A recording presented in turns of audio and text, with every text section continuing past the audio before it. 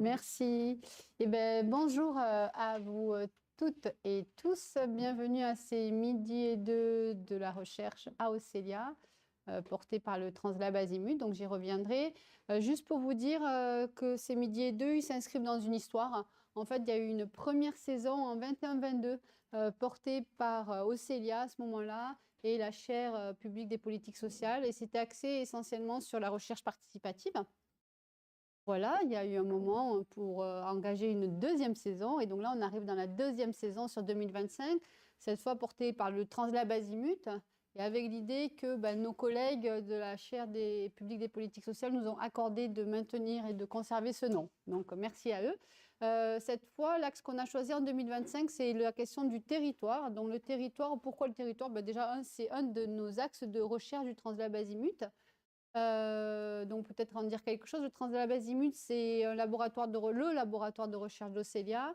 Son projet scientifique il repose sur trois axes interdépendants, donc le territoire, l'axe qu'on a intitulé participation sociale et lutte contre les asymétries, et un troisième qu'on a intitulé lien d'accompagnement et vulnérabilité. Qu'est-ce que je pourrais dire d'autre du Translab Azimut? Il engage, il privilégie plutôt à la fois la rigueur scientifique, en même temps combinée, d'où le terme Azimut, à des approches inusitées, avec l'ambition d'aller vers et de se situer au plus près des pratiques, à l'interface, on va dire, des mondes qui sont souvent déclinés, monde académique, monde professionnel et monde expérientiel. On pourra leur donner d'autres qualificatifs.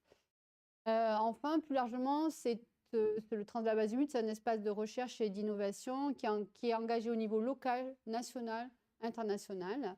Et ces travaux de recherche sont transdisciplinaires, une équipe de 8 chercheurs de disciplines différentes, chercheuses et chercheurs, pour soutenir les pratiques professionnelles en explorant, on va dire, des approches innovantes, coopératives et en se focalisant sur une synergie entre action, formation et recherche.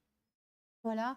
Donc, vous l'aurez compris, quand je dis ça, ça veut dire que derrière, il y a trois piliers, on va dire, qui sont sous-jacents à l'existence de ce labo, qui est le pilier transdisciplinaire, l'autre pilier qui est transfrontalier, et enfin transférable, et j'en viendrai à ma dernier temps, on va dire, cette notion de transférabilité, elle est rendue possible par notre médiatrice scientifique, Laura Girardin, qui est derrière la caméra là tout de suite, et que je remercie vraiment chaleureusement pour la mise en œuvre de ces midi et deux. Et plus largement, j'ai envie de remercier toute l'équipe du Translab, notre équipe SI qui nous soutient. Et voilà, donc merci encore. Je vais juste aux modalités du midi et deux. Vous pouvez manger, c'est l'objet. Donc c'est un temps convivial, mais aussi un temps où on va parler autour d'un travail scientifique. C'est un temps ouvert à toutes et tous. Voilà, donc vraiment encore merci d'être présent aujourd'hui. Et puis je ne m'attends pas plus, je laisse la place à Fleur, que je remercie, et à Élise Fleur-Guy et Élise Martin, notre invitée aujourd'hui. On vous donnera la suite, il y aura deux autres midi et deux dans l'année 2025, on vous les donnera après ce premier midi et deux. Merci à vous. À vous.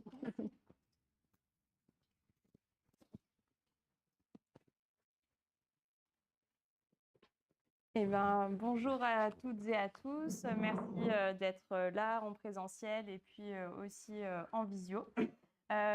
Comme le Sandrine le disait, le thème de cette saison 2025 des Midi 2, c'est le thème territoire. Ce qu'on va chercher à faire pendant ces 3 séances, c'est de comprendre finalement comment le territoire peut venir être vecteur de vulnérabilité pour des personnes, comment est-ce que le territoire contribue à la production des vulnérabilités, et aussi comment est-ce que les professionnels de l'intervention sociale peuvent se saisir de singularités, de spécificités territoriales dans l'accompagnement qu'ils proposent. Donc, on est deux géographes pour échanger autour de cette question-là aujourd'hui, ce qui est plutôt raccord avec le thème.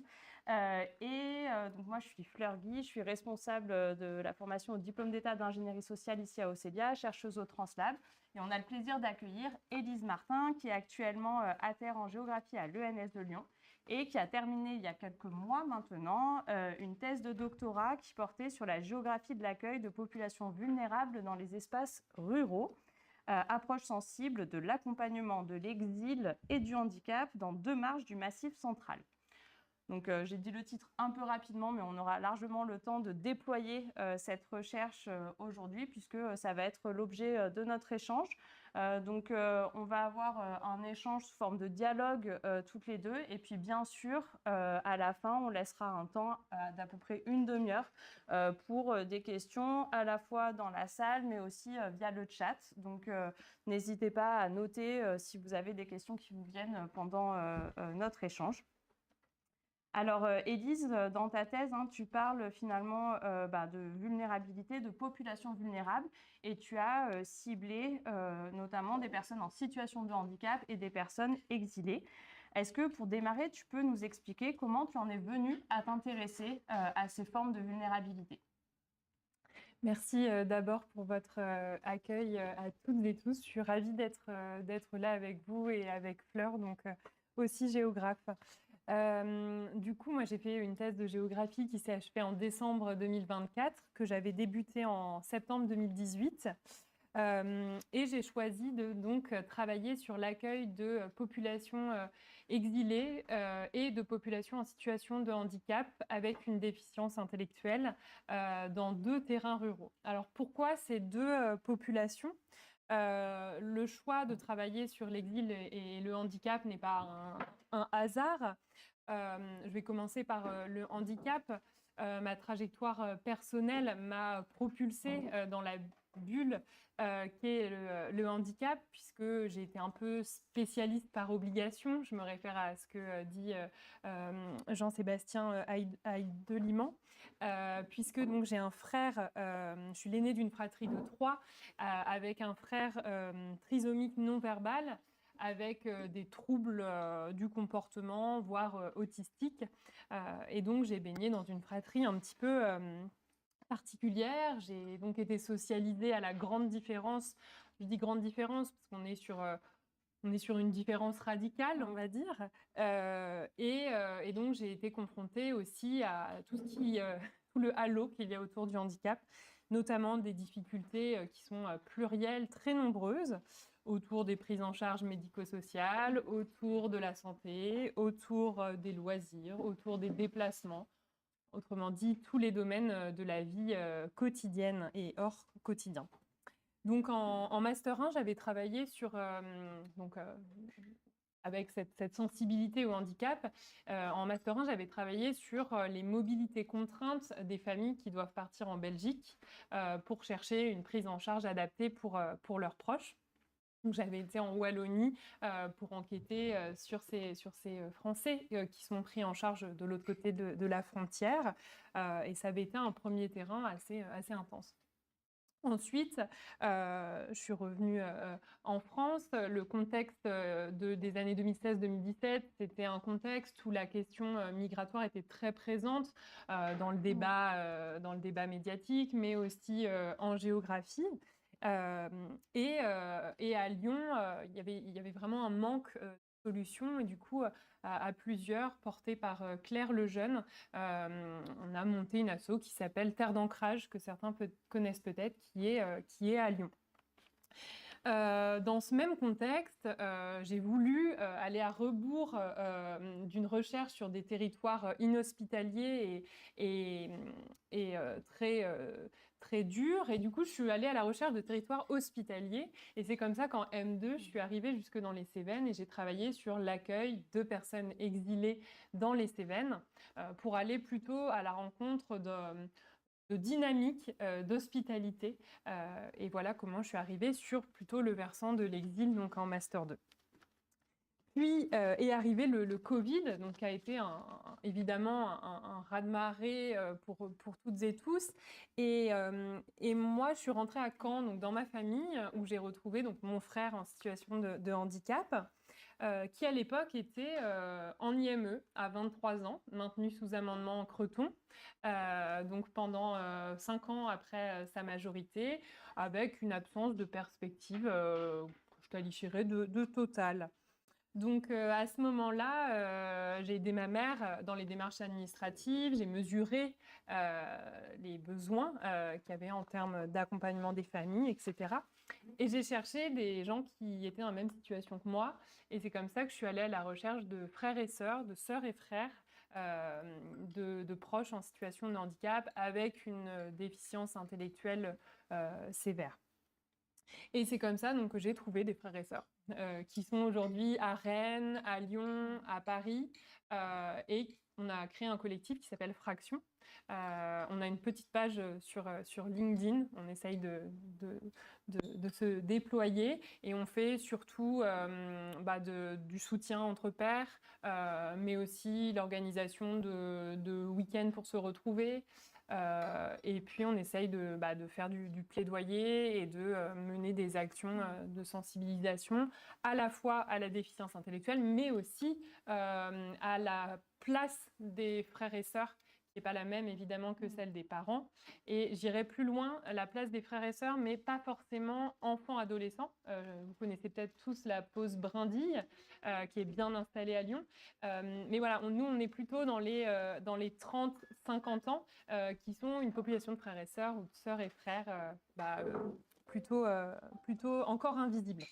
Donc tout cela a participé, ces trajectoires expérientielles, personnelles, intimes, ont participé à co-construire un travail scientifique et de recherche. Et c'est comme ça que j'en suis arrivée donc, à travailler sur l'accueil à la fois de l'exil et du handicap, plus particulièrement la déficience intellectuelle, dans 2 territoires ruraux du Massif central. Merci pour ta réponse et effectivement je trouve que c'est intéressant de voir comment finalement une trajectoire personnelle, un engagement militant et puis aussi des questionnements qui sont des questionnements académiques peuvent s'imbriquer.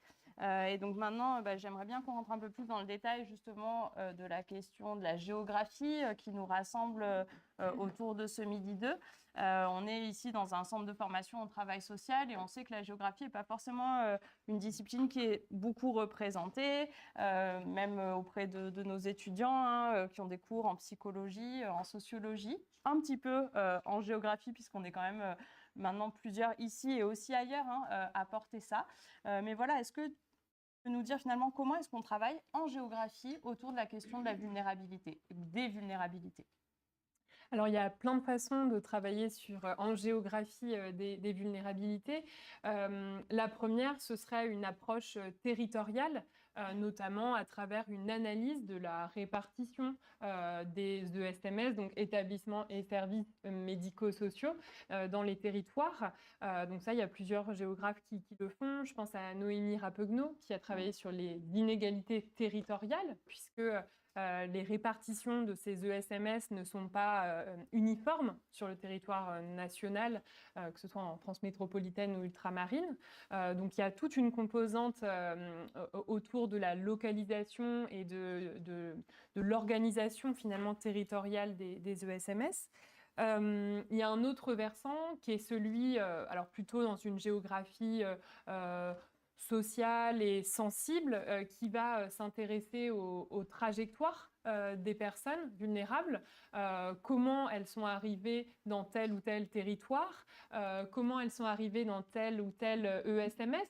On n'arrive pas par hasard dans telle ou telle structure, il y a toute une chaîne d'acteurs et de questions qu'il y a derrière autour du choix ou du non-choix résidentiel. Vous n'êtes peut-être pas sans savoir qu'il y a parfois des transferts d'un département à l'autre de personnes. Donc ça peut intéresser aussi les géographes sur les mobilités, notamment en transdépartement. Si on s'intéresse à la vulnérabilité, on peut encore resserrer plus la réflexion autour de questions de pratiques spatiales des personnes, comment les personnes en situation de handicap, comment les personnes exilées ou d'autres populations qui seraient dans une situation de fragilité temporaire ou durable s'approprient leur environnement, que ce soit l'intérieur des ESMS, mais que ce soit aussi évidemment l'extérieur. Et quand je parle d'extérieur, c'est le jardin, la cour de l'établissement, mais aussi bien évidemment au-delà des grilles, au-delà de l'enceinte de l'ESMS, c'est le quartier, la petite ville proche, la grande ville, un petit peu plus loin. Donc c'est penser, en fait, amener de la géographie dans l'analyse des vulnérabilités, c'est penser par échelle, parce que nous, les géographes, on aime bien faire, c'est-à-dire essayer de réfléchir à une inscription spatiale d'un établissement ou d'un service à plusieurs échelles. Comment telle maison d'accueil spécialisée s'inscrit à Lyon, par exemple, une masse qui est proche d'ici, comment elle s'articule avec l'environnement direct, les rues adjacentes, mais aussi le quartier, Lyon, le département du Rhône, etc. Donc il y a plein de façons de travailler ça. Et donc toi, tu as analysé ça sur 2 terrains bien singuliers, en milieu rural. Est-ce que tu peux nous présenter ces terrains-là et dans leur singularité et dans ce qu'ils permettent aussi de comprendre finalement sur l'accueil des personnes et peut-être plus particulièrement sur l'accueil de personnes en situation de handicap? Ouais. Du coup, donc j'ai 2 terrains. Enfin, j'ai travaillé sur 2 terrains différents.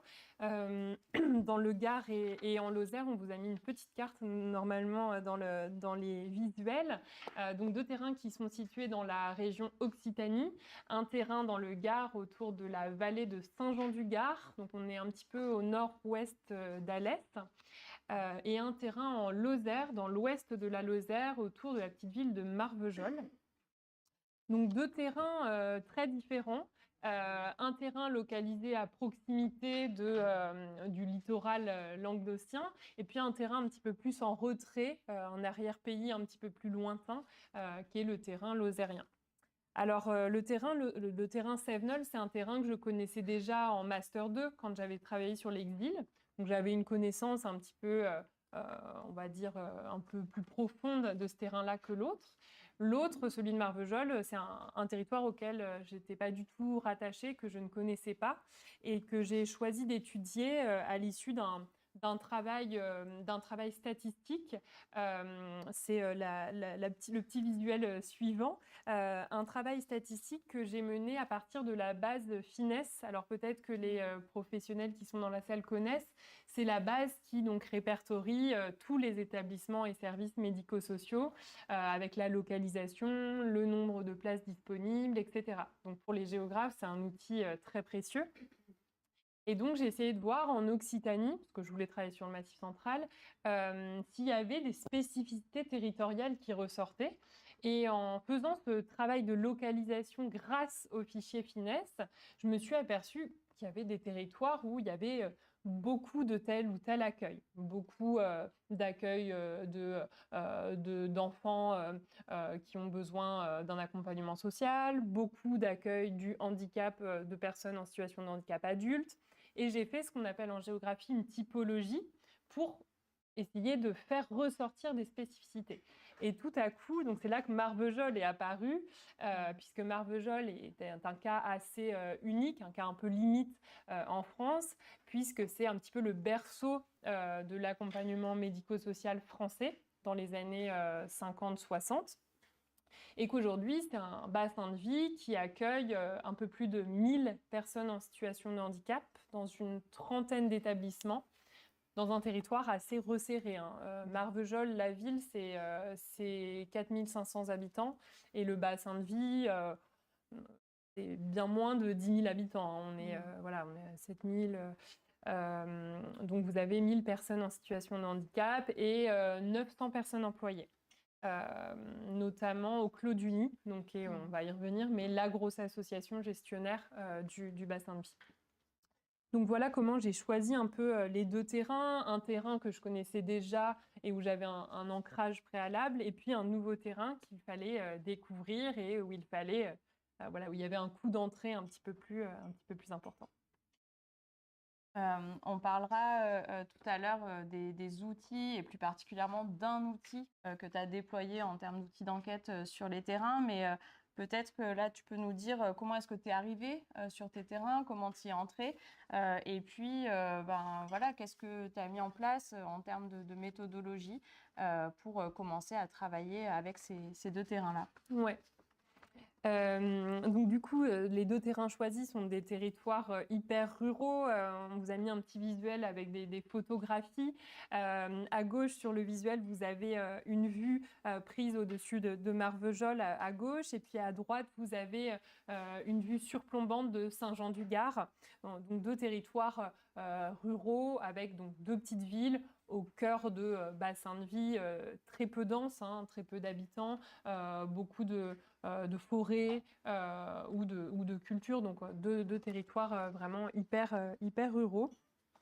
Et donc l'objectif, c'était de comparer l'accueil de 2 populations dans 2 territoires avec une double question.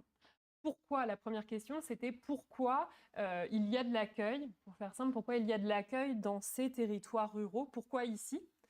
Et en miroir, autre question, qu'est-ce que l'accueil de populations minorisées et ou vulnérables fait aux dits espaces ruraux, donc dans une double dynamique?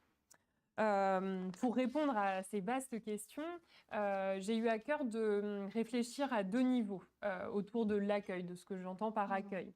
J'avais envie de travailler d'une part autour d'une dimension organisationnelle, donc je me suis inspirée de pas mal de travaux de sociologie des organisations. Donc j'avais envie de travailler sur les systèmes d'acteurs qui existent et qui rendent possible un établissement médico-social n'émerge pas comme ça au milieu de la campagne. Donc, qu'est-ce qui permet une implantation? Qu'est-ce qui permet un déploiement sur le temps long? Quels sont les acteurs à différentes échelles qui le permettent? Donc, je me suis occupée de ce niveau-là, un niveau d'accueil qui s'intéresse à la gouvernance, au système d'acteurs et aux formes spatiales que ça prend, parce que en tant que géographe, ce qui m'intéressait, c'était aussi de voir s'il y avait des configurations spatiales qui se dessinaient. Donc ça, c'est le premier niveau. Et puis, j'avais envie quand même d'affiner la réflexion autour de questions d'accompagnement. Et j'avais à cœur de réfléchir à l'accompagnement en tant que relation située et orientée selon des règles qui encadrent les pratiques. Et j'avais vraiment envie de voir si ce qui se passait au niveau de l'accueil, entre guillemets, ruisselait sur les modalités d'accompagnement. Et je voulais voir s'il y avait des spécificités aussi finalement en termes d'accompagnement en milieu rural, mais aussi dans des territoires très différents. Autrement dit, on n'accueille pas forcément pareil à Marvejols en Lozère qu'à Saint-Jean-du-Gard dans une petite vallée des Cévennes. Donc c'est ça qui m'intéressait, c'était vraiment d'être aux 2 niveaux. D'ailleurs, il y a 2 configurations qui sont bien différentes en termes de système d'acteurs et de forme spatiale sur les 2 terrains. Peut-être que tu peux y revenir là de manière un peu plus concrète. Ouais. Du coup, pareil, on vous a mis 2 petites cartes de ces terrains. Donc à gauche pour le terrain lozérien et à droite pour le terrain gardois. Les 2 cartes que vous avez donc, dans les visuels, c'est des cartes qui montrent l'inscription spatiale des associations du champ du handicap, donc dans les 2 terrains. Donc à gauche, vous voyez qu'il y a une concentration d'associations médico-sociales. Il y a une grosse association gestionnaire, le Clos du Nid, et une série d'associations qui vont en fait s'agglomérer autour. Donc, moi, j'appelle ça un quasi-cluster médico-social. Je pourrais développer plus tard, mais je justifie cela par des effets de proximité à plusieurs niveaux qui font qu'il y a un vrai, voilà, le mot n'est pas choisi au hasard, il y a un cluster médico-social autour du Clos du Nid, alors que dans les Cévennes, c'est la carte de droite, on a des associations médico-sociales beaucoup plus dispersées. Alors, c'est aussi dépendant de la topographie. On a des vallées très resserrées, donc on ne peut pas avoir ce déploiement en grappe comme on a en Lozère, mais une logique qui est tout autre, puisque là, il n'y a qu'une association dans la vallée de Saint-Jean-du-Gard, c'est l'APRADEL, c'est l'association Sésame Autisme, je ne sais pas si ça vous parle, et la petite structure s'appelle l'APRADEL. Et elle ne compte que 61 résidents. Donc voilà, il y a une différence aussi en termes d'échelle et de nombre entre les deux terrains.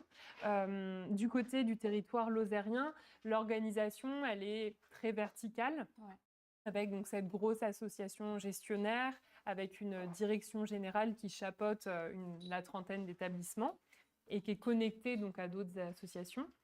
Et dans les Cévennes, on a un modèle un petit peu plus horizontal parce qu'il y a moins de résidents, il y a moins de professionnels engagés. Donc voilà, on est sur des dynamiques assez différentes. Bon, je pense qu'on y reviendra aussi sur ces aspects organisationnels quand on va peut-être aborder un peu plus dans le détail les résultats de ta recherche à différents niveaux. Mais avant ça, ça me semble intéressant aussi d'entrer un petit peu plus en profondeur sur la question méthodologique, puisque ta recherche elle présente un défi méthodologique qui est finalement aussi de pouvoir recueillir l'expérience, le vécu de personnes qui ne peuvent pas forcément s'exprimer oralement ou partiellement, etc. Et donc, toi, tu as cherché finalement dans cette approche de l'accompagnement comme une relation située, à avoir le point de vue d'éducateurs, de directeurs de structure. Tu as mené quand même de nombreux entretiens, mais aussi de pouvoir t'entretenir avec les personnes qui sont accueillies dans les établissements ou qui travaillent dans les AT à la Pradelle. Et donc pour ça, tu as créé un nouvel outil qui est le memory géographique. Alors, il existe des outils, le jeu de reconstruction spatiale qui a été conçu en psychologie environnementale, qui permet de reconstruire une cartographie mentale à partir d'éléments que l'enquêté va pouvoir situer sur un plateau. Il y a aussi d'autres recherches qui utilisent des cartes dessinées. Toi, tu as choisi de concevoir ce jeu, le memory géographique. Donc, pourquoi ce besoin de créer un nouveau jeu? Comment tu l'as pensé? Et puis surtout, qu'est-ce que ça a produit sur le terrain? Plusieurs questions. Oui, Oui, donc j'ai eu à cœur de m'insérer en fait dans le quotidien de ces ESMS, alors ce qui n'est pas toujours évident. Donc à côté d'un certain nombre d'entretiens menés avec des acteurs, donc médico-sociaux, chefs de service, direction, mais aussi d'acteurs du territoire, des élus, des responsables associatifs, etc. Je suis rentrée donc, dans les structures, dans les ESMS des deux terrains. Donc à Marvejols, j'ai fait une immersion dans une masse, maison d'accueil spécialisée, et une immersion donc un peu à l'autre bout du spectre en service extérieur. Donc c'est un service qui accompagne des personnes qui sont ouvrières des AT et qui vivent en autonomie dans leur logement dans Marvejols. Donc ça, sur le versant handicap, donc en Lozère. Et dans les Cévennes, comme c'était des petites structures qui accueillent peu de personnes, j'ai pu faire une immersion dans les AT de la Pradelle, un ESAT à dominante, avec des ateliers à dominante rurale, donc maraîchage, etc., pôle bois, et puis aussi dans des unités de femmes, donc foyers d'accueil médicalisés. Très rapidement, je me suis aperçue que l'immersion, donc qui passe par l'observation, donc c'est beaucoup d'observations participantes, donc tu participes aux activités et tu observes et tu prends des notes sur ce qui se joue au quotidien. C'était très intéressant, mais à mon sens, ça ne suffisait pas et j'avais vraiment envie de trouver le moyen d'être plus en contact avec les personnes. Donc, j'ai lu ce qu'avait fait Fleur autour du jeu de reconstruction spatiale. J'ai regardé aussi ce qu'avait fait Noémie Rapegno, qui avait plutôt travaillé avec les pictogrammes. Et j'ai réfléchi et j'avais vraiment envie d'utiliser la photographie, qui est un outil qu'utilisent pas mal les géographes. Et j'ai eu envie de faire ce qu'on appelle en SHS de la photo-élucidation. Photo-élucidation, c'est faire parler les personnes à partir d'un support.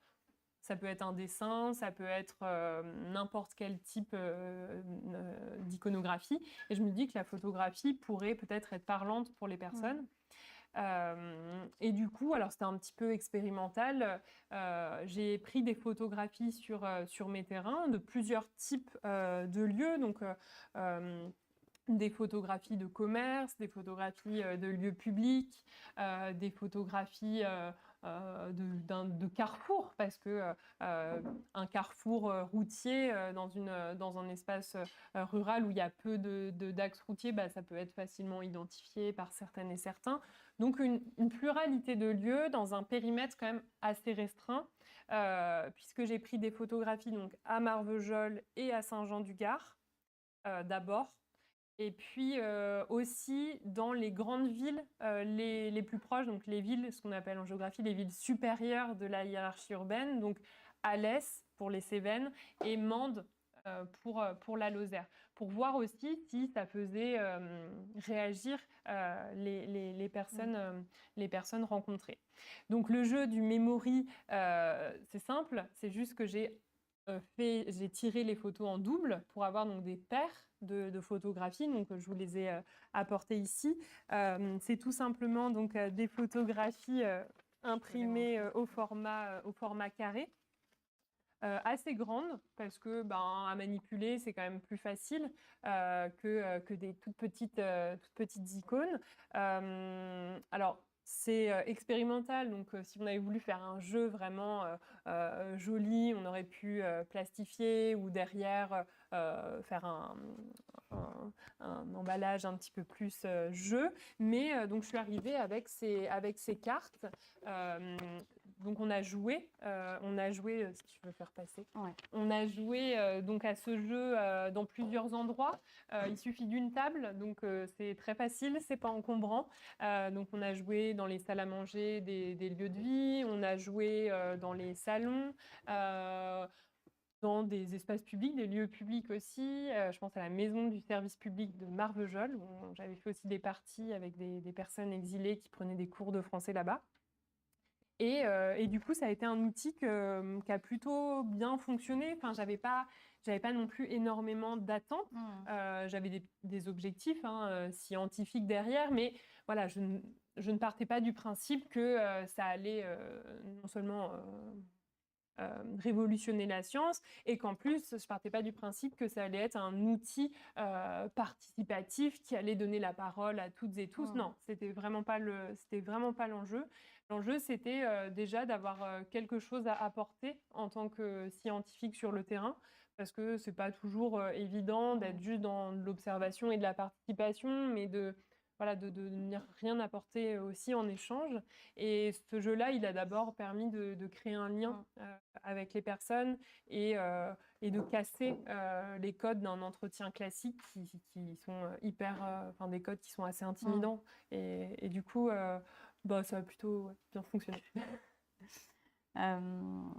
Cet outil, il a permis de libérer la parole peut-être à certains moments des enquêtés, ou en tout cas de permettre aussi de faire des liens entre différents lieux. Moi, j'aurais envie de savoir aussi si à certains moments, ce jeu, est-ce qu'il a permis aussi d'évoquer des lieux qui n'étaient pas forcément sur les photos? C'est une question qui n'était pas prévue, donc voilà. Mais là, ça me vient, je me dis, est-ce que ça a permis ça aussi, d'éveiller une sensibilité à la question des lieux et d'évoquer des lieux que tu n'avais pas prévus?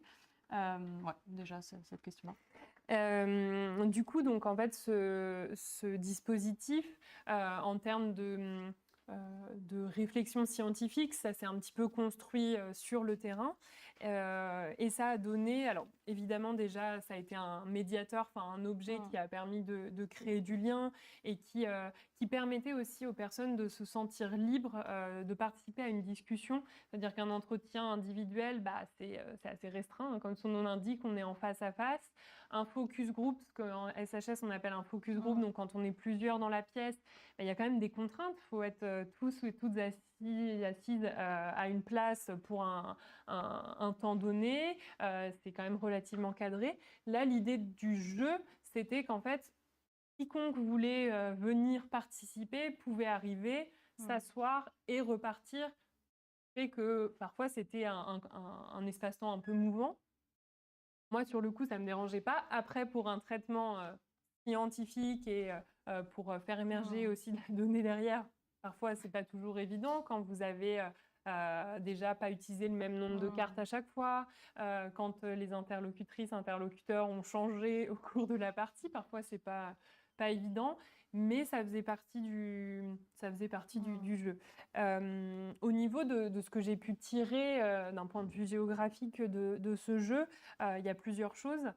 Déjà, ça m'a permis de documenter les pratiques spatiales des individus. Donc, s'ils reconnaissaient ou non les lieux qu'on voyait dans les photographies, je les interrogeais dessus. Ça dépendait du type de lieu. Est-ce que vous pratiquez cet espace public? Est-ce que cette promenade dans la nature, est-ce que ça vous parle? Ah oui, j'y suis déjà allée. Donc, en fait, j'essayais par un système de questions aussi d'alimenter la discussion. Et moi, après, je pouvais m'en servir pour mes travaux. Donc, les questions, c'était: connaissez-vous cet endroit? Comment est-ce que vous allez ici? Est-ce que vous y allez à pied? Est-ce que vous prenez le minibus de la structure? Est-ce que vous y venez aussi? Est-ce que vous y venez en hiver, en été? À quelle saison? Comment est le patron de ce restaurant? Est-ce qu'il est sympa? Est-ce que vous vous sentez bien dans tel endroit? Qu'est-ce que ça vous évoque comme sensation, comme émotion?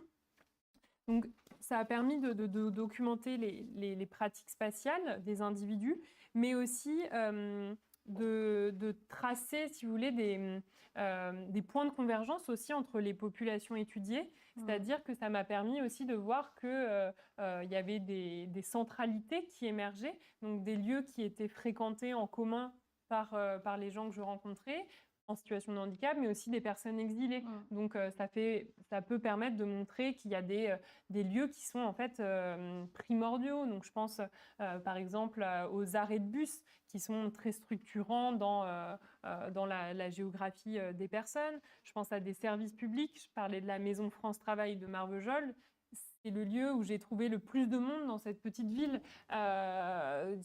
Donc, c'était vraiment intéressant aussi sur ce plan-là. Et puis, ce qui a été vraiment pour moi quelque chose auquel je ne m'attendais pas forcément, c'est de voir combien les photographies mettaient en avant les connaissances géographiques au sens de savoir des personnes. Le savoir, ça commence quand on reconnaît la façade d'une maison, c'est quand on est capable de situer même approximativement tel ou tel commerce, mais c'est aussi parfois des résidents qui vont me faire l'histoire d'un lieu, qui connaissent particulièrement bien l'histoire de certains lieux. Je crois que dans les photos qu'on a mis dans le memory, on voit en bas à gauche un bâtiment où il y a une bande rouge au-dessus d'une fenêtre. Ça, c'est le centre social de Saint-Jean-du-Gard. En jouant au memory, j'ai par exemple un monsieur qui est ouvrier des ZAT qui vit seul dans Saint-Jean-du-Gard, qui m'a fait toute l'histoire de ce lieu, toutes ses fonctions à travers le temps, qui m'a expliqué que ça avait été une usine de jeans, qui avait été reconvertie. En l'occurrence ici, il en savait plus que les personnes qui l'entouraient. Donc, ça m'a permis en fait de me laisser surprendre aussi et de voir que les connaissances des personnes étaient particulièrement vastes et surtout en termes de périmètre beaucoup plus large que ce que j'avais projeté aussi. C'est-à-dire que mon hypothèse sûrement erronée était que le périmètre spatial que les personnes maîtrisaient était vraiment de l'ordre du proche ou du très proche. Et en fait, je me suis aperçue que pas du tout. Pas du tout. Elles identifiaient très bien certains lieux de villes supérieures de la hiérarchie urbaine, Alès, Mende. Et tu me demandais tout à l'heure si ça déclenche aussi une réflexion sur des lieux hors des photos. Et oui, complètement, puisque du coup, ça nous a permis à chaque fois de lancer la discussion et d'aller toujours un peu plus loin en termes de périmètre, justement. Donc, c'est-à-dire que quand on arrivait à Alès, Mende, du coup, j'élargissais au département. Par exemple, ces deux espaces ruraux particulièrement touristiques. Donc, il y a des hauts lieux touristiques Je pense sur l'Aubrac, vous avez voilà, des lieux parfaitement facilement identifiables, ou les gorges du Tarn. Et en fait, très très vite, ça m'a permis de densifier aussi et d'épaissir un peu cette approche des connaissances géographiques des personnes qui, évidemment, vont bien au-delà des quelques photographies. Et du coup, c'est les quelques éléments voilà, qui m'ont... évidemment que je ne retire pas ça que du memory aussi, mais que je connecte ces éléments à l'observation, à des entretiens menés aussi avec les professionnels, parce qu'on n'a pas énormément parlé des professionnels jusque-là, mais évidemment que ce sont des actrices et des acteurs primordiaux dans cette réflexion. Justement, j'allais venir à la question des professionnels et peut-être par rapport à cette question du savoir géographique que toi tu repères et que tu repères comme étant finalement à une échelle plus vaste que celle à laquelle tu pensais. Est-ce que tu as eu l'occasion d'échanger avec les professionnels sur le savoir géographique des personnes et est-ce quelles connaissances est-ce qu'ils avaient de ce savoir géographique-là? Est-ce qu'ils le mobilisent aussi dans leur intervention? Oui, alors souvent ils en ont conscience, mais c'est à la fois conscient et inconscient dans le sens où ils vont repérer que telle ou telle personne sait particulièrement bien se repérer. Je pense à un résident de Saint-Jean-du-Gard qui manipulait une personne autiste, avec des troubles du comportement, qui savait très très bien utiliser Google Maps par exemple, et me montrer sa maison, la maison de ses parents, etc. Oui, en fait, c'est à la fois conscient et inconscient, et c'est travaillé de façon détournée. Ça ne va pas être pensé en des termes géographiques ou de périmètre, mais ça va être travaillé, par exemple, à la Masse qui était en Lozère. Vous avez un gros travail fait autour de la marche, autour de la Masse, donc sur un terrain plutôt accidenté, c'est plutôt des petits chemins, et tous les matins, vous avez des personnes qui vont, un petit groupe de 5-6, qui vont marcher autour de la Masse. Alors, ça va plutôt être présenté comme un travail, je cite, de maintien en santé, mais derrière, en fait, si on décortique un peu plus, c'est aussi déjà sortir de l'enceinte de la Masse, qui en plus, elle est grillagée. C'est aller à la rencontre des voisins, c'est se rapprocher du cœur du village. Donc, il y a d'autres enjeux derrière dont les professionnels ont plus ou moins conscience, mais c'est plus, voilà, on entre plus par la question de la santé, des approches thérapeutiques en fait. Dans la même Masse, il y a des ânes. Et donc souvent, il y a des balades qui vont être faites avec les ânes, alors autour de la Masse, mais un peu plus loin, parce qu'avec les ânes, on peut aller un peu plus loin. Du coup, ça va être plus une réflexion sur l'exploration de la nature, le bien-être, vraiment une dimension thérapeutique, mais c'est jamais vraiment verbalisé comme étant de l'ordre du géographique, vraiment. Mais on sent que oui, il y a cette empreinte, mais ça dépend vraiment aussi de chaque professionnel, des sensibilités quand même de chacun aussi. Ouais. Et puis peut-être aussi de leur trajectoire personnelle. On en parlait juste avant, tu as aussi exploré ça en fait, comment les trajectoires des éducateurs ou des travailleurs sociaux qui interviennent peuvent donner lieu à une mobilisation plus ou moins intense, on va dire, de la ressource qui est dans le territoire. Ouais, donc il y a par exemple le monsieur qui s'occupe des ânes à la Masse, c'était une personne qui avait un projet derrière autour de l'asinothérapie, donc qui était porteur vraiment de cette dimension. Et oui, les personnes vont solliciter soit leur réseau, soit utiliser leur centre d'intérêt aussi pour proposer des activités. Donc, dans les Cévennes, ça va être plus sur des dimensions culturelles. Il y a beaucoup d'acteurs artistiques dans les Cévennes qui vont proposer des outils de médiation avec le territoire plutôt orientés là-dessus. Donc, ça va dépendre non seulement des sensibilités des travailleurs sociaux, sociaux et des professionnels. Ça va dépendre aussi de ce qu'offre le territoire en termes d'offres de loisirs etc. Ça va dépendre aussi des sensibilités des directions à donner la possibilité de le faire, des questions évidemment de financement. Mais en termes de spécificité territoriale, on voit quand même une différence entre la Lozère et les Cévennes. Dans l'Ouest lozérien, on est beaucoup plus axé sur le sport adapté et cette connexion à l'environnement qui peut favoriser le bien-être. Il y a vraiment une réflexion là-dessus. Du côté des Cévennes, ce que j'ai remarqué, c'est que c'était plus la dimension artistique d'exploration du corps et sa place dans l'espace qui était mobilisée à travers une grande diversité d'arts. Je pense à des séances d'art-thérapie assez classiques, mais aussi à de la réflexion poésie, théâtre. Il y a plusieurs dispositifs chaque année avec des intervenants qui ne sont pas forcément travailleurs sociaux aussi et qui viennent intervenir dans et en dehors de la structure.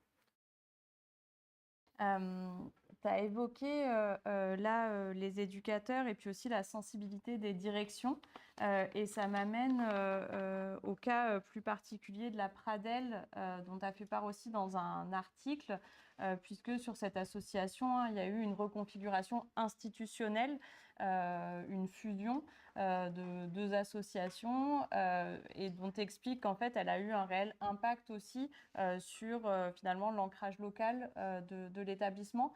Est-ce que tu peux y revenir et peut-être expliquer aussi comment est-ce que finalement, c'est pas tant le territoire en lui-même, mais ce qu'on en fait qui importe là, et comment est-ce que ces directives-là que tu as observées, ces changements de direction, ils ont eu un impact aussi pour les personnes qui sont accueillies? Ouais, alors la Pradelle a connu des soubresauts pendant quelques années, puisque les tutelles financières ont poussé la Pradelle à fusionner, Sésame Autisme, Languedoc a fusionné avec Sésame Autisme Roussillon. Donc, pour faire simple, l'idée des tutelles ARS et départements était de faire une grosse association Sésame Autisme Languedoc Roussillon. Mais ça a été fait de façon plus ou moins concertée, et donc ce qui a engendré des crises multiples et en chaîne, et ce qu'on appelle en géographie une déterritorialisation d'une association qui était très ancrée dans le territoire. Les directeurs initiaux avaient initié beaucoup de partenariats avec les communes. Certains étaient même dans le conseil municipal, donc il y avait vraiment une connexion, un ancrage très fort au territoire. Et le départ des directions, le fait qu'il y ait eu une crise, ça a aussi fait partir certains professionnels. Il y a eu un turnover important et ça a créé des situations un petit peu incongrues parce qu'il y avait des chefs de service ou des directions qui arrivaient à la Pradelle et qui ne connaissaient pas du tout le territoire. Donc, du coup, ça crée des crispations chez les professionnels. Un directeur, par exemple, qui arrive et qui veut reprendre en main le pôle bois de l'ESAT et qui va dire, à un moment, on va acheter un semi-remorque pour aller livrer le bois, et le moniteur d'atelier de dire, mais en fait, un semi-remorque dans les petites routes des Cévennes, ça passera pas. Donc, des choses un petit peu, c'est de l'ordre de l'anecdote, mais qui montrent aussi que peut-être que quand on prend un poste de chef de service ou de direction, la connaissance aussi du territoire, elle est importante. En tout cas, et ça va faire le lien aussi, je pense, avec les questions de la salle et puis en visio, c'est vrai que cette question-là de comment les professionnels à tous les niveaux se saisissent et font quelque chose du territoire, elle n'est pas anodine. Tu dis que c'est une anecdote. Mais je ne pense pas que ce soit anecdotique, en fait, cette question-là. Et ça montre bien que les particularités d'un territoire, ici c'est la topographie, mais ailleurs ce sera je sais pas, un paysage particulier. Et ben finalement, elles ont leur rôle à jouer pour les travailleurs sociaux et puis aussi pour les personnes qui sont accompagnées. Ouais, ce qui est assez visible, mais je pense que c'est pas propre aux deux terrains et aux structures étudiées, mais c'est qu'avant, le professionnel était un habitant du territoire. Je sais pas si ça existe, l'idée de professionnel habitant, mais ça, c'est plus tout à fait vrai. En Lozère, par exemple, la direction, je crois, ne vit pas en Lozère, mais vit à Montpellier. Peut-être qu'aussi, on pourrait penser que ça n'a pas d'incidence, notamment d'un point de vue géographique ou d'ancrage, mais sûrement que oui. Oui, et puis en plus, sur le terrain de la Pradelle, il y a aussi cette idée de professionnel habitant à l'origine de l'établissement. Je ne sais pas si tu veux revenir, je pense que c'est intéressant. À l'origine de l'établissement, on est aussi dans un projet qui privilégie l'habitant par rapport au professionnel. Donc, c'est une rupture totale avec le projet même de l'établissement. Ouais, c'est-à-dire que la Pradelle, donc la structure Cévenol, qui elle est née dans les années 80, le Clos d'Ugny en Lozère, donc je disais, c'est le berceau de l'accueil médico-social, c'est les années 50-60. C'est les tout premiers accueils. En fait, c'est un abbé, l'abbé Osiol, qui va chercher à Saint-Alban-sur-Limagnole, donc au lieu de la psychothérapie institutionnelle, qui va chercher des enfants et qui dit on va créer des structures spécialisées à Marvejols. Donc ça, c'est les années 50-60. Puis ça s'est développé. Dans les Cévennes, on est dans les années 80, donc avec des réflexions un petit peu différentes sur la question du handicap, sur la question de l'autisme, des spécificités. Vous connaissez tous l'initiative, j'imagine, de l'INI à Monoblé dans les Cévennes, à 20 minutes en voiture de Saint-Jean-du-Gard. Donc, c'est pas neutre cette localisation. Et à l'origine, oui, l'idée, c'était d'embaucher des personnes de la vallée. Un peu comme ce que faisait Deligny en fait et d'autres. Je pense par exemple au Blémard, peut-être que vous connaissez l'initiative Solstice, qui n'existe plus aujourd'hui, mais qui avait pour but aussi de faire reposer l'accompagnement sur ce qu'on appelle des présences proches. Et c'était donc des habitants qui venaient travailler. À l'origine, la Pradelle, c'était un petit peu pensé là-dessus. Et en fait, au fil du temps, dans les années 2000, 2010, les emplois sont de plus en plus professionnalisés. Et ce qui fait que ça s'est un petit peu perdu, mais d'après ce que j'observe, parce que je continue à observer un peu ce qui se passe, on observe un mouvement là de retour, de réancrage et de recherche de personnes qui voudraient travailler et qui habitent à proximité. Donc, est-ce que c'est un simple petit mouvement ou est-ce que c'est une tendance ça pourrait être intéressant de creuser. Tu sais s'il y a eu des constats qui ont amené à ça ou comment ça se passe là, cette reterritorialisation? Non, il n'y a vraiment pas de... Je crois pas qu'il y ait de réflexion là-dessus. En plus, du coup, la direction de la Pradelle, donc Sésame Autisme Languedoc-Roussillon, est désormais plus loin. Donc, c'est piloté un petit peu plus à distance. Cette idée de distance, elle est aussi très importante. J'ai pas mais là pour le coup, il faudrait vérifier, mais j'ai pas la sensation qu'il y ait une réflexion. Mais il faudrait s'entretenir là, peut-être avec la direction. Ça pourra faire une suite peut-être à ta recherche. Merci pour ce premier échange. Je propose qu'on passe aux questions.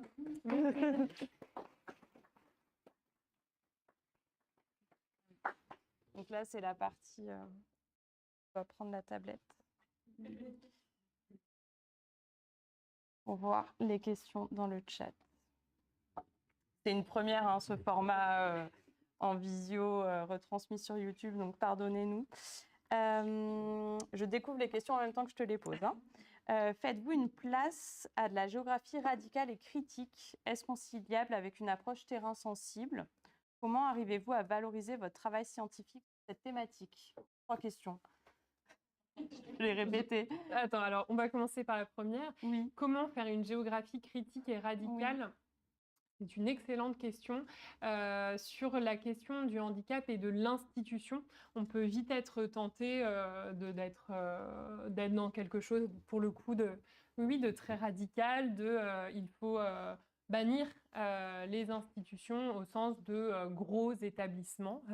Mon travail va dans ce sens et permet, je crois, de nuancer et j'ai l'impression peut-être d'affiner ce qu'on entend par institution. C'est-à-dire que ce que je montre dans ma thèse, c'est que l'institution, ça veut rien dire, qu'il y a institution et institution, que déjà l'institution, elle peut avoir des tailles différentes, et on le voit bien sur les deux terrains, et surtout que l'institution, elle va plus ou moins suivre les normes du champ.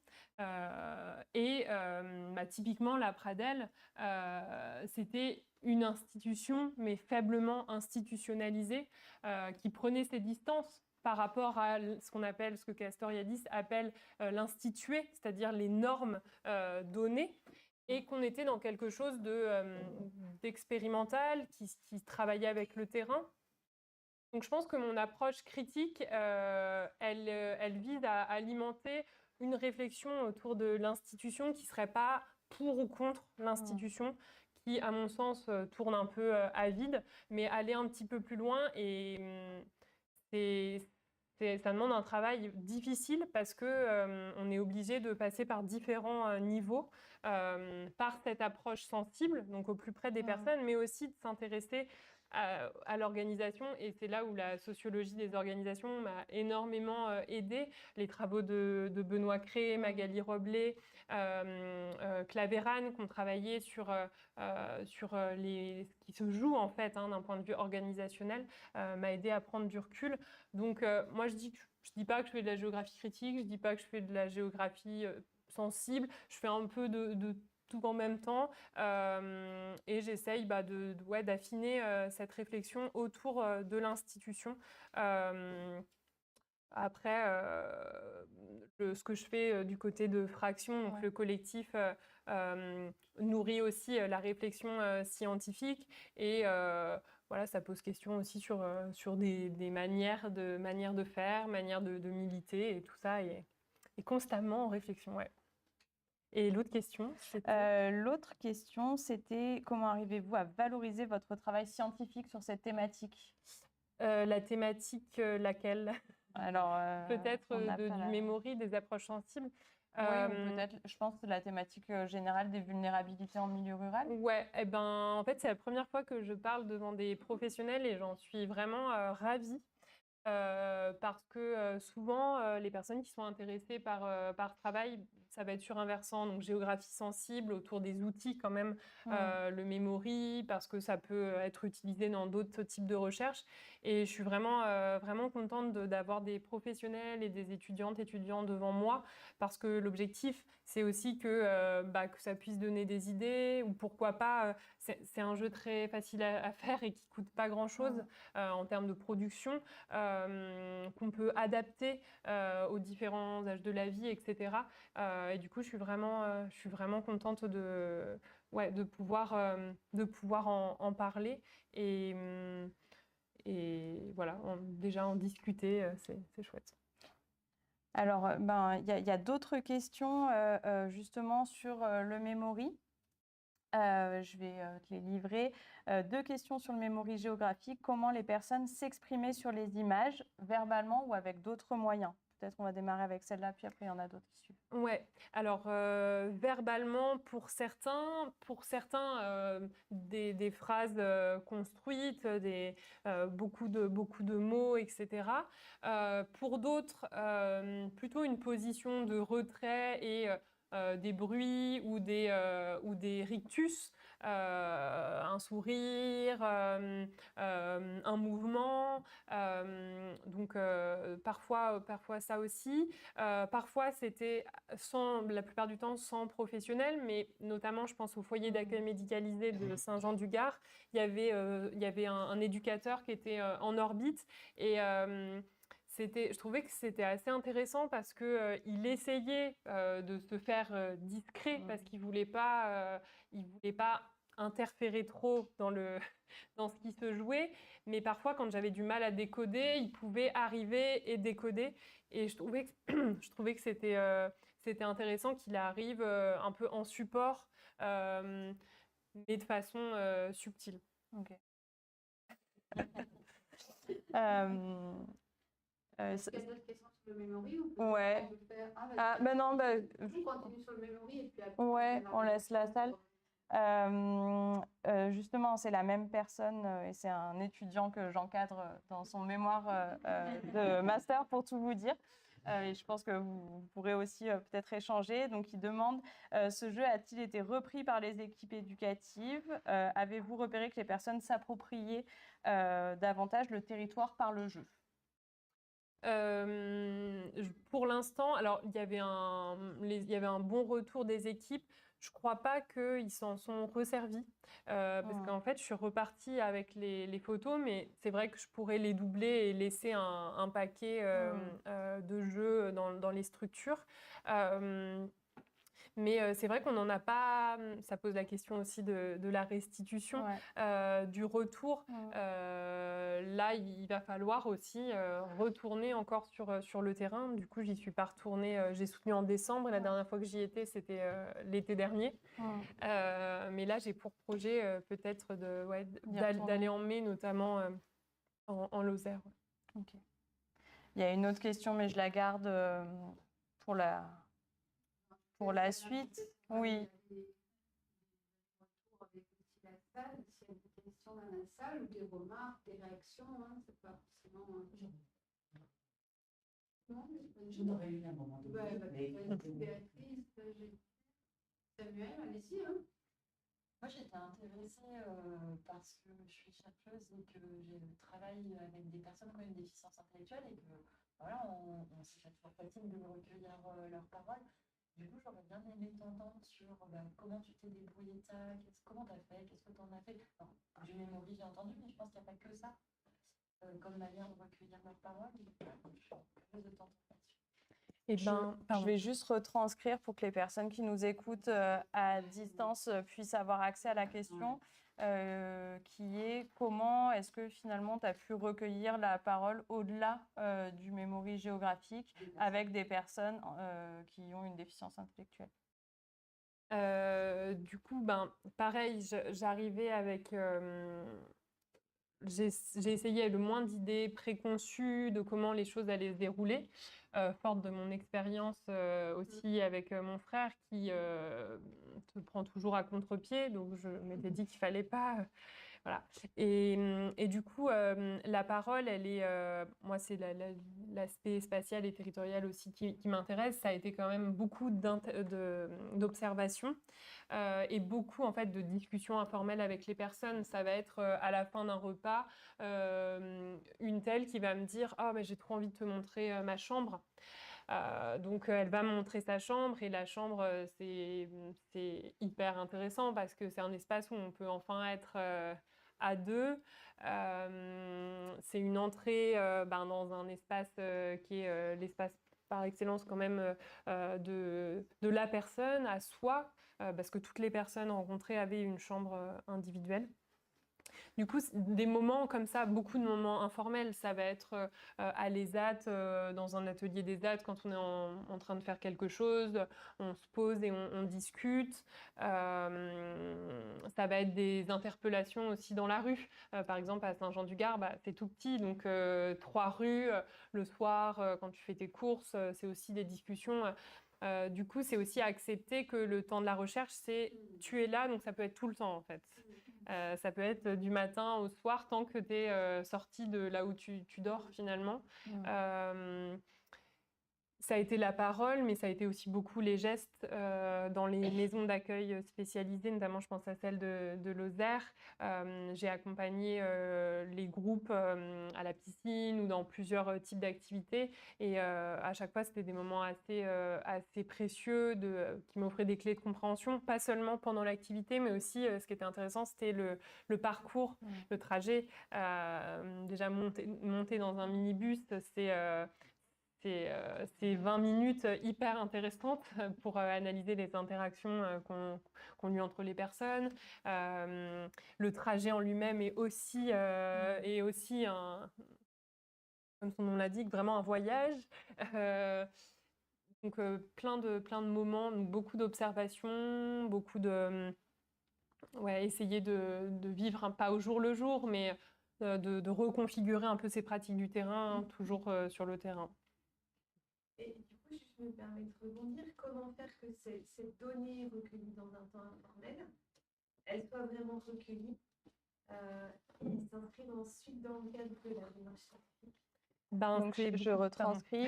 Comment faire pour que les données qui sont recueillies dans l'informel puissent après, comment tu as gardé une trace de ces données-là pour les retranscrire après dans la thèse? Je retraduis. Ouais. Alors, c'est beaucoup de prises de notes. En fait, dès qu'il y avait une pause dans la journée ou que j'étais un peu toute seule, notamment dans ma voiture, ou je prenais des notes. Et le soir, c'était un passage systématique. Si tu peux pas aller te coucher tant que tu n'as pas fait ta prise de notes de la journée. Et c'était vraiment extrêmement précieux parce qu'il se passe tellement de choses chaque jour qu'en fait sinon tu t'en oublies la moitié. Quelque chose qui t'avait paru très important à un instant T, en fait en prenant du recul c'était pour le coup de l'ordre de l'anecdote qu'il va pas falloir surinterpréter. Donc ouais, moi ce qui m'a vraiment aidé, c'est beaucoup de prises de notes, beaucoup de petits dessins mais où tu montres qui est où, beaucoup de photographies. Alors peu des personnes, peut-être qu'on y reviendra sur cette question, mais beaucoup de photographies des configurations spatiales des lieux, des couloirs, des structures, des environnements directs des structures. Moi, la photographie m'a beaucoup aidée avec le téléphone. Et après, dès que je rentrais de terrain, pas toujours rigoureuse, mais sur ça, j'étais hyper rigoureuse. C'était faire un fichier vraiment avec toutes les photos de tel terrain sur telle période, parce qu'après, on accumule, et vraiment, c'est très, très important de garder cette trace un peu d'archives, personnelles. Je pense que ça vaut le coup de prolonger. Tu t'as répondu, on y reviendra sur la question des personnes, et peut-être après, ça les a libérées ici pour faire peut-être une dernière exposition. Alors, les photographies, on en avait parlé avec Fleur et Laura au moment de réfléchir à cette intervention. En fait, sur mon terrain de thèse, je voulais travailler aussi à rendre visibles ces habitants du rural qui sont très nombreux, parce que des structures médico-sociales dans les espaces ruraux, il y en a énormément, que ce soit des IME, des ESAT, etc. Mais pourtant, ça passe quand même relativement en dehors des radars. Et donc, j'avais aussi la volonté de montrer que c'était des habitantes et des habitants des villages. Et pour moi, ça passait par, notamment, pourquoi pas, par la photographie. Ce qui fait qu'au début, je m'étais dit, je vais prendre des photos, mais elles seront brouillées, floutées. Je voulais qu'on voit les visages, donc ça me posait question. Mais évidemment, je ne pouvais pas les utiliser sans le consentement des personnes. Et à la masse lozérienne, j'ai fait un travail plus fin de photographie, parce que j'ai passé du temps avec des personnes plus précises, donc en asinothérapie, en maintien en santé, donc lors des promenades autour de la masse. Et j'avais vraiment envie de rendre visibles ces photos, quoi. C'était pour moi très important. Et en fait, en demandant l'accord des tutelles, comme la plupart des personnes étaient sans famille, la masse où j'étais, c'était des personnes pupilles de l'État ou des personnes qui n'ont plus leur famille, et tout était sous tutelle d'un tiers extérieur professionnel, et par définition, la personne tout de suite disait non. Et donc sur, je sais pas, une quinzaine de tutelles contactées, il y a 2 personnes seulement qui m'ont dit oui. Donc du coup, ces photographies sont restées dans mon bureau, et quelques-unes ont été utilisées, mais le visage vraiment complètement flouté. Voilà, donc ça reste un... Il me semble que le droit à la consentement à la recherche, mais la même chose que le consentement à l'image, c'est un droit strictement personnel, et qu'on n'a pas du tout l'obligation de recueillir l'assentiment des tuteurs curateurs. Non, c'est faux. C'est des questions des règles d'inclusivité qu'on se met ou qu'on se donne pas, en fait, qui fait que je crois que dans le cas de la tutelle, justement, c'est un problème, ça. Il me semble que ça serait intéressant de les régler de près. Parce que c'est vraiment, on en parlait ce matin. Et puis alors, il y a les tutelles professionnelles, je ne sais pas comment on les appelle, mandataires judiciaires. Et il y a aussi les tutelles familiales. Et surtout, là, je me suis heurtée aussi aux familles où les membres n'étaient pas d'accord. Un frère va dire oui et la sœur va dire non. Donc, voilà. C'est resté, mais il y aurait matière à réfléchir parce qu'en fait, du coup, ça maintient aussi, ça maintient dans une forme d'invisibilité. Il y avait une remarque sur peut-être l'hypothèse des professionnels habitants. Peut-être que lié aux problématiques de recrutement, c'est peut-être pour ça qu'il y a un élan fort en ce moment. Et sur les 2 territoires que vous avez observés, est-ce qu'il y avait plus de mobilité, je dirais, entre les établissements SMS sur un territoire que sur l'autre, parce que ça peut être des pratiques qui existent, que les professionnels ou que les personnes accueillies puissent aller voir aussi d'autres établissements pour des projets collectifs, des actions collectives. Une question dans la salle sur les mobilités entre établissements sur les 2 territoires, que ce soit les mobilités des personnes accueillies ou des professionnels. Vaste question. Alors, pour les professionnels, ce qui est intéressant avec Marvejols, c'est qu'il y a une école de travail social. Du coup, il y a des personnes qui viennent se former de toute la France. Donc, il y a aussi toute une stratégie derrière, après, de retenir les étudiants en leur proposant des stages tout de suite à Marvejols ou autour. Donc, ça fonctionne plutôt bien. Ce qui fait que c'est assez intéressant à Marvejols. Vous avez des personnes qui viennent quand même de toute la France. Donc, c'est assez rigolo. Et dans les Cévennes, par contre, le recrutement n'est pas du tout le même. Ça va être beaucoup de... les nouveaux arrivants, là, ça va être beaucoup de néo-ruraux. Typiquement, des personnes qui ont beaucoup voyagé, qui vont s'installer dans les Cévennes et qui vont voir qu'il y a peut-être un travail possible. Je pense par exemple à des artistes ou des personnes justement qui vont voir que la porte est ouverte et qui vont y aller. Donc, ce n'est pas les mêmes trajectoires résidentielles, pas les mêmes projections aussi dans le rural, dans ce qu'on pense et ce qu'on imagine de l'espace rural. Et au niveau des mobilités en interne, alors des professionnels en Lozère, il y a de la mobilité. Plutôt secteur adulte, donc on va changer d'établissement dans le secteur adulte ou secteur enfant, mais il y a. Et dans les Cévennes, ça dépend, mais il y a quand même, les professionnels restent quand même assez longtemps. Enfin, il y a du turnover dans les deux. Enfin, c'est difficile faudrait avoir les chiffres, mais il y a à la fois des personnes qui sont là depuis très longtemps, qui ont fait vraiment une carrière médico-sociale dans les structures, ça dans les deux. Mais il y a évidemment beaucoup de turnover et beaucoup d'offres d'emploi dans les deux. Et en termes de mobilité des résidents eux-mêmes, dans les Cévennes, comme c'est plusieurs donc femmes, ESAT et foyer d'hébergement et SAVS dans la vallée, les mobilités sont assez faciles. C'est-à-dire quelqu'un qui va pas être bien dans le SAVS qui est externe et qui a besoin un peu de retrouver des repères, il va être en foyer d'hébergement, on va lui proposer un foyer d'hébergement. Et à l'inverse, quelqu'un qui est en foyer d'hébergement, qui a bien pris ses repères, etc., on va lui proposer de basculer sur le SAVS. Donc il y a pas mal de ponts possibles.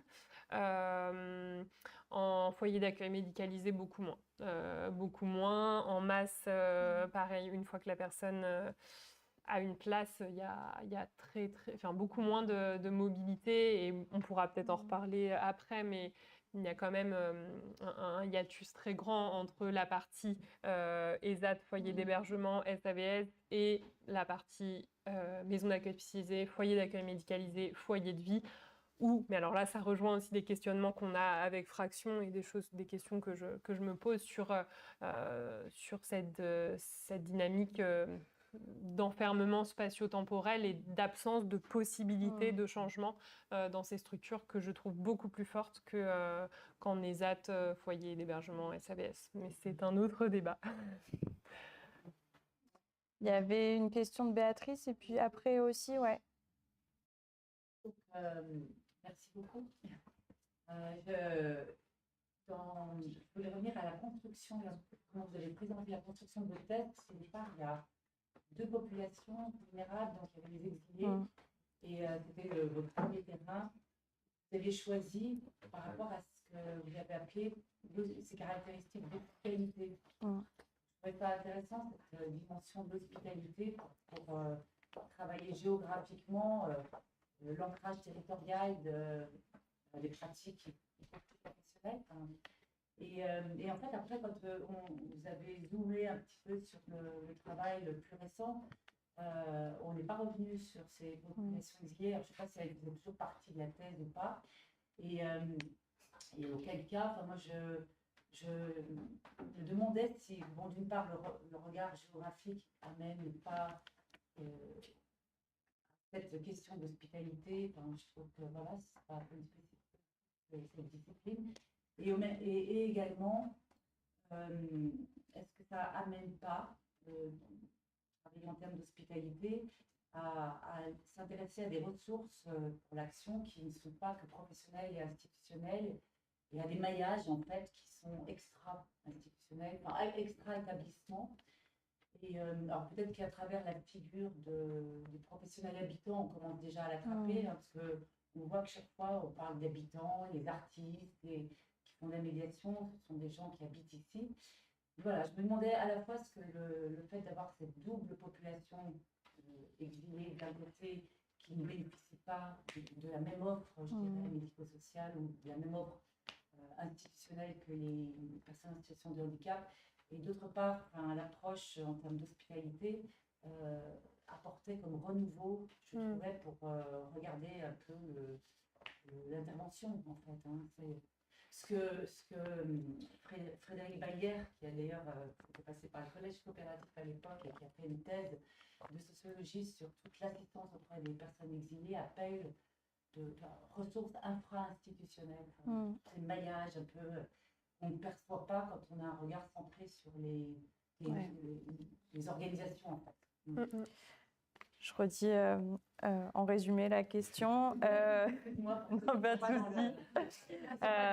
Mais du coup, il y a une question effectivement sur la double population et les personnes exilées auprès de qui tu as aussi enquêté. Donc, on a fait le choix là de centrer plutôt l'intervention effectivement sur le volet plutôt handicap, mais ça n'empêche pas que tu en dises un mot là, c'est l'occasion.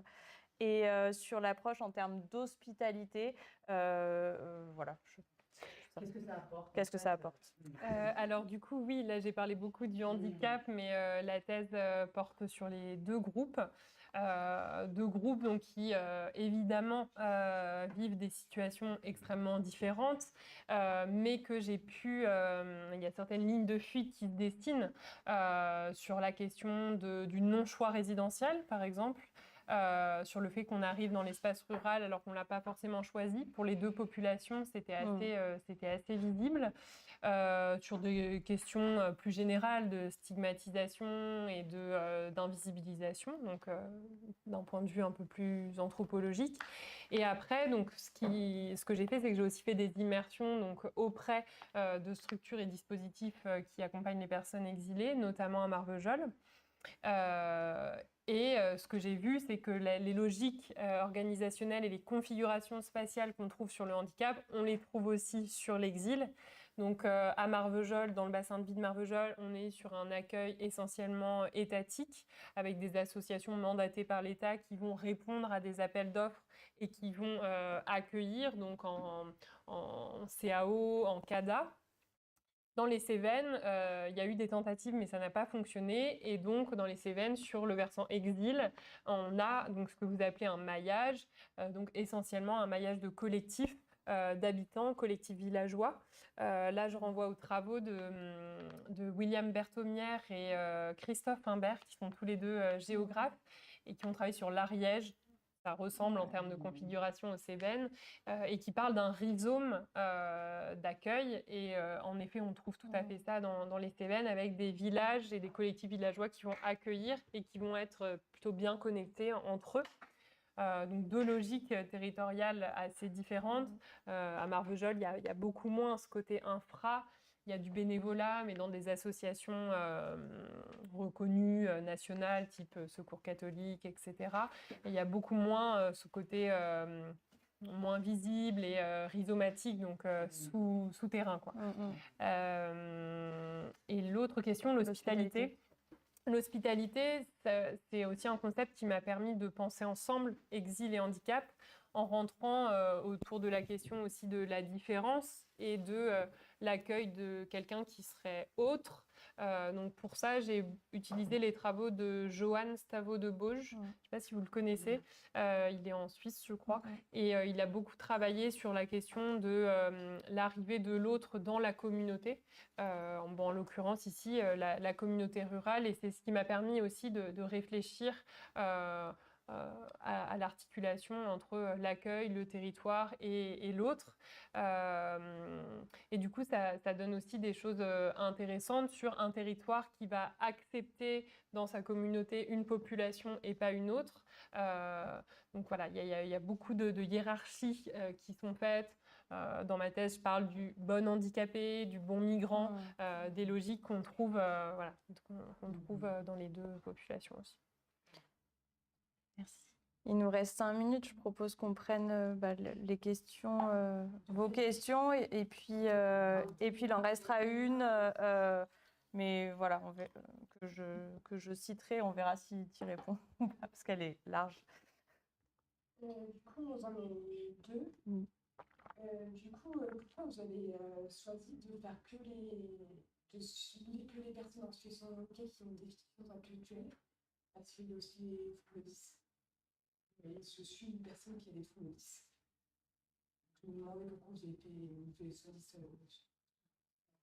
je sais pas, handicap-là. Tu veux dire? Ah oui, pardon. Donc la question, c'est de savoir pourquoi est-ce que Élise a ciblé la déficience intellectuelle et pas avoir choisi d'autres types de handicap, et notamment les troubles 10. Du coup, là, pour le coup, c'est un peu le terrain qui m'a dicté qui seraient mes enquêtés, dans le sens où, sur le versant du handicap, je suis vraiment passée par les institutions pour l'enquête, parce que contrairement à l'exil, il y a très très peu d'accueil complètement non institutionnel et complètement rhizomatique. Il y a des familles d'accueil, mais elles ne sont pas si nombreuses sur le handicap, et ça demandait, mais peut-être que c'est ce que je ferai après. Et du coup, cette population qui peut avoir des troubles 10 ou qui a d'autres types de problématiques ou de fragilités, je les ai rencontrés parce que c'est d'autres personnes qui habitent le territoire. Je pense à des personnes plutôt qui ont des difficultés sociales importantes, économiques, des problèmes des problématiques plus psychiatriques, donc schizophrénie, bipolarité, etc. Tout ça n'est pas exclu. Évidemment que ça fait partie aussi de la réflexion. Est-ce qu'un territoire qui accueille une population, un groupe, accueille de la même façon les autres? Ces entrées par catégorie, elles ont été nécessitées par le terrain, mais c'est vrai que j'aurais pu ne pas du tout rentrer dans les institutions et rester complètement à l'extérieur et ne pas réfléchir comme ça aussi. Voilà, je réponds aux questions. Merci. Je pense. Et la deuxième, c'était est-ce que votre jeu memory est transposable à un atelier d'écriture qu'on organise à l'école Carré, l'école Carré à Virval. C'est un atelier d'écriture où on met des photos sur les émotions qu'ils ressentent dans la situation qu'ils ont à l'école. Et du coup, est-ce que c'est transposable des photos de commerce ou de quartier? Complètement. Je redis juste la question. C'est une question pour savoir si le memory géographique est transposable à des ateliers d'écriture. Complètement. En fait, il n'y a pas de règle. La seule règle, c'est d'utiliser la photographie. Et encore, on peut utiliser le dessin. Si on veut rester sur le format jeu, il suffit d'avoir l'image en double. Et évidemment, c'est très libre et ça peut faire l'objet d'un atelier. C'est vrai que là, le jeu faisait réagir. La photolistation, c'était le recueil de la parole, mais on n'a pas écrit. Et c'est vrai qu'on aurait pu aussi écrire. Écrire ou dessiner parce que chacun écrit de façon différente. Les personnes avec une déficience intellectuelle écrivent pas toutes, ou du moins pas toutes comme on l'entend. Du coup, c'est vrai qu'on aurait pu passer aussi par le stylo, la peinture. C'est une super piste. On est presque arrivé ouais, à la fin et il y avait une question que je pose. Parce que moi-même, comment utiliser la géographie auprès des professionnels de l'action sociale pour penser l'accompagnement non plus en établissement, mais en termes de territorialité? Mais ça peut être aussi une ouverture parce que voilà, je trouve que c'est aussi une belle ouverture et qu'en tout cas, ce midi 2, il permettait ça aussi. Déjà, moi, ce que je vois aussi, c'est que rien que de se poser la question, en fait, du territoire, des lieux qui nous entourent, ça peut sembler parfois évident, mais on voit, je pense que tu l'as vu aussi, quand on arrive sur les terrains, parfois, les professionnels, ils oublient cette dimension-là. Que ce soit à l'intérieur ou à l'extérieur. Et donc là, c'est aussi de se dire déjà, ayons peut-être cette sensibilité-là au territoire et voyons ce que ça produit ensuite. Ouais, si, tout à fait. C'est quand j'imagine aussi les personnes sont prises dans un quotidien avec voilà, beaucoup de routines, on n'est pas revenu là-dessus, mais une routine qui peut parfois se transformer en routinité avec un caractère un petit peu aliénant. C'est aussi difficile de faire un pas de côté, aussi de regarder les trajets qu'on fait, de s'interroger sur est-ce qu'on va visiter, est-ce qu'on se rend toujours au même endroit, est-ce que parfois il y a de la variation, quel type de variation, et surtout de quoi ont envie les personnes, et de toujours bien se redemander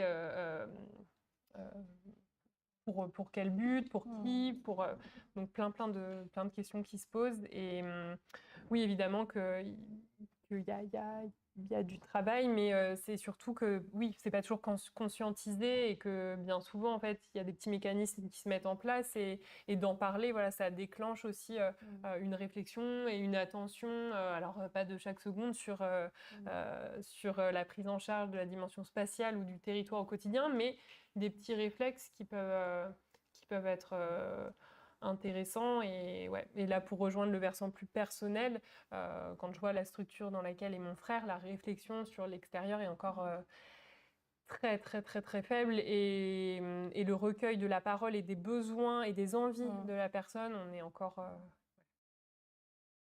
alors, je ne veux pas faire de généralité parce que j'ai vu des situations extrêmement variées, mais oui, il y a encore il y a besoin de géographes dans les ESMS. Bon, c'est une belle conclusion. Merci Élise, et merci à vous pour l'écoute.